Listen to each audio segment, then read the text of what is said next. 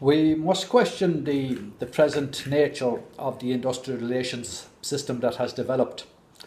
We now have a situation where we have a labour court, an employment appeals tribunal, we have the equality tribunal, we have the labour relations commission, we have NERA and various other bodies.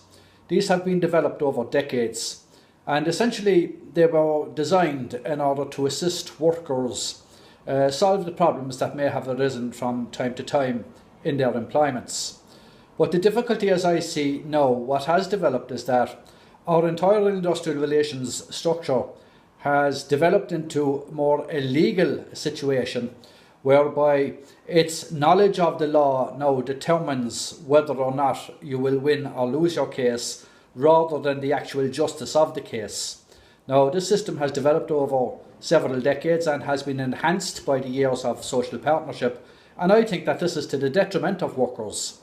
If we now consider what's going on, say, in the Waterford situation where you had the multinational company Bosch and Lomb, where over 1,000 workers worked in this establishment, the company, in order to maximise its profits, decided that they needed to cut 200 of the workforce and then essentially threatened the remains. Now, there was a time when such a threat, if it were made to workers, we would deal with this with militant industrial action. We would threaten to withdraw labour, or even, I suppose, in a situation like Bosch and Lomb, we would threaten to take over the running of the place ourselves. Because after all, the product that's manufactured in a factory of this nature is actually manufactured by the workers. It's not determined by the profit margins that the company wishes to make.